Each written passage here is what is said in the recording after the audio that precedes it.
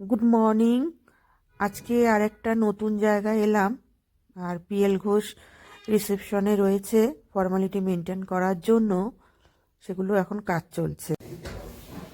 সিমলা থেকে তো আমরা চলে এলাম, দার্জিলিংয়ে চলে এসেছি, প্রপার দার্জিলিংয়ে থাকবো। আর যেহেতু আমি 25শে ডিসেম্বরটা থাকতে পারিনি, সেজন্য এখানে এসে সুন্দর একটা ক্রিসমাস ট্রি কিন্তু উপহার পেলাম দেখার জন্য। এইবার মনে হচ্ছে যে না, 25শে ডিসেম্বর একটা অনুভূতি লাগছে।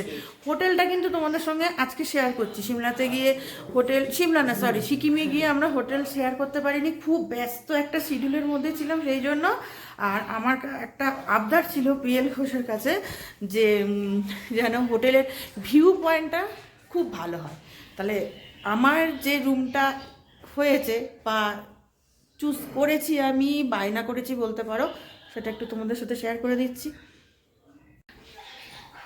এই যে রুমটা, এখনো ভিআইপি টিআইপি থেকে কোনো কিছু বের হয়নি, যার জন্য রুমটা শেয়ার করে দিলাম তাড়াতাড়ি করে। এই যে দুটো বেড দিয়েছে, যদিও আমাদের দুটো লাগবে না, দুটো বেড। আর সব থেকে আমার ভালো লেগেছে সেটা হচ্ছে, তোমাদেরকে বলছিলাম, এই ভিউ পয়েন্টটা। কিন্তু প্রচণ্ড এখন ফগি ওয়েদার, কাল থেকে দার্জিলিংয়ে ওয়েদারটা একটু ফগি ফগি টাইপের একদম। এখান থেকে কাঞ্চনজঙ্ঘা তোমরা বুঝতে পারছো না, দাঁড়াও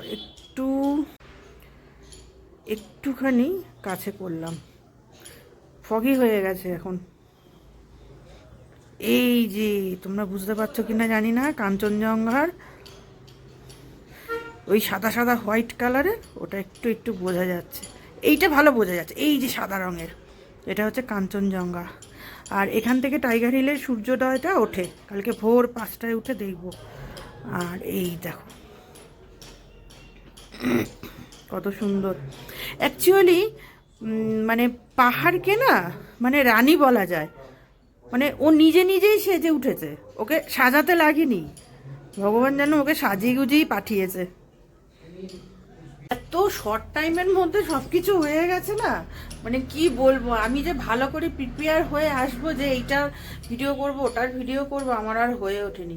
মানে আসার পর থেকে শুরু হয়ে গেছে এখানে ওখানে, আর অর্ধেক রাস্তা তো মানে অর্ধেক সময় রাস্তাতেই কেটে গেছে একদম। তবে ভিউ পয়েন্টটা একটা ভালো পেলাম। আর হোটেল পুরো বুক, পাওয়াই যাচ্ছে না একদম, মানে ফুল। আমরা ভাবি শীতকালে দার্জিলিং যাব বা সিকিমে যাব এরকম একটা ব্যাপার, বা কুলু মানালি সিমলা এসব জায়গা ভাবতেই পারি না। কিন্তু আমাদের থেকেও বয়স্ক বয়স্ক প্রচুর লোক এসছে এখানে।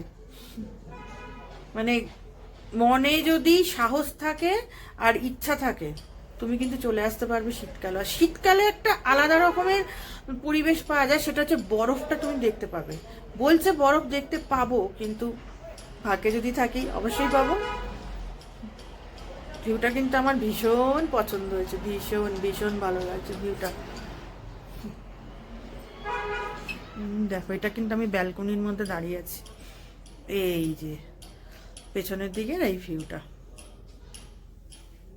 যাই এখন একটু বেরোবো, মেলে যাব।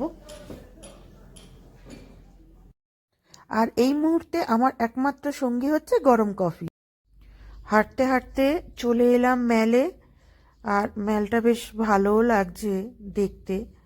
আর এই ব্রোঞ্জের মূর্তিগুলো একটু দরদাম করছিলাম, আবার যেগুলো ভালো লাগছে একটু দেখছিলাম, কিন্তু প্রচণ্ড দাম এইগুলোর, 4,000 5,000 এইরকম দাম। কেউ কিনছে না, সবাই একটু করে দেখছে, দেখেই চলে যাচ্ছে। সেম আমরাও তাই করলাম। তবে এই সমস্ত জিনিস না কিনে কিছু কিন্তু জামা কাপড় কিনেছি, সেগুলো গিয়ে দেখাবো।